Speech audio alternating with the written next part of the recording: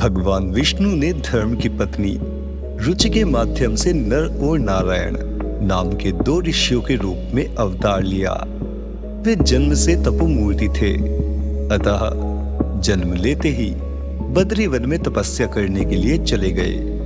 उनकी तपस्या से ही संसार में सुख और शांति का विस्तार होता है। बहुत से ऋषि मुनियों ने उनसे उपदेश ग्रहण करके अपने जीवन को धन्य बनाया। आज भी भगवान नर नारायण निरंतर तपस्या में रत रहते हैं। इन्होंने ही द्वापर में श्री कृष्ण और अर्जुन के रूप में अवतार लेकर पृथ्वी का भार हरण किया था।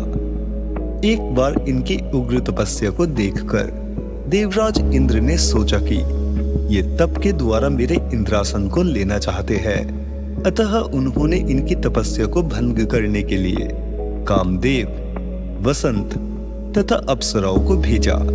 उन्होंने जाकर भगवान नर नारायण को अपनी नाना प्रकार की कलाओं के द्वारा तपस्या से च्युत करने का प्रयास किया, किंतु उनके ऊपर कामदेव तथा उसके सहयोगियों का कोई प्रभाव न पड़ा। कामदेव, वसंत तथा अप्सराएं शाप के भय से थर थर कांपने लगे। उनकी यह दशा देखकर भगवान नर नारायण ने कहा, तुम लोग तनिक भी मत डरो, हम प्रेम और प्रसन्नता से तुम लोगों का स्वागत करते हैं। भगवान नर नारायण की अभय देने वाली वाणी को सुनकर काम अपने सहयोगियों के साथ अत्यंत लज्जित हुआ। उसने उनकी स्तुति करते हुए कहा, प्रभु, आप निर्विकार परम तत्व है। बड़े बड़े आत्मज्ञानी पुरुष आपके चरण कमलों की सेवा के प्रभाव से काम विजयी हो जाते हैं। देवताओं का तो स्वभाव ही है कि जब कोई तपस्या करके ऊपर उठना चाहता है तब वे उसके तप में विघ्न उपस्थित करते हैं। काम पर विजय प्राप्त करके भी जिन्हें क्रोध आ जाता है उनकी तपस्या नष्ट हो जाती है। परंतु आप तो देवादिदेव नारायण हैं। आपके सामने भला ये काम क्रोध आदि विकार कैसे फटक सकते हैं। हमारे ऊपर आप अपनी कृपा दृष्टि सदैव बनाए रखे। हमारी आपसे यही प्रार्थना है। कामदेव की स्तुति सुनकर भगवान नर नारायण परम प्रसन्न हुए और उन्होंने अपनी योग माया के द्वारा एक अद्भुत लीला दिखाई। सभी लोगों ने देखा कि साक्षात लक्ष्मी के समान सुंदर सुंदर नारियां नर नारायण की सेवा कर रही है।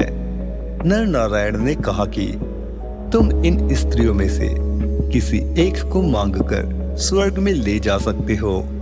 वह स्वर्ग के लिए भूषण स्वरूप होगी।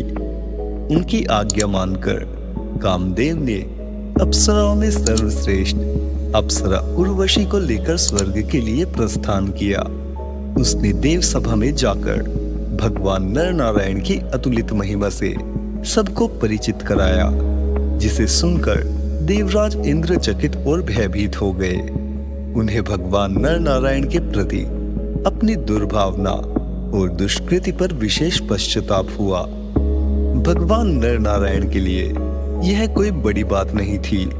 इससे उनके तप के प्रभाव की अतुलित महिमा का परिचय मिलता है। उन्होंने अपने चरित्र के द्वारा काम पर विजय प्राप्त करके क्रोध के अधीन होने वाले और क्रोध पर विजय प्राप्त करके अभिमान से फूल जाने वाले तपस्वी महात्माओं के कल्याण के लिए अनुपम आदर्श स्थापित किया।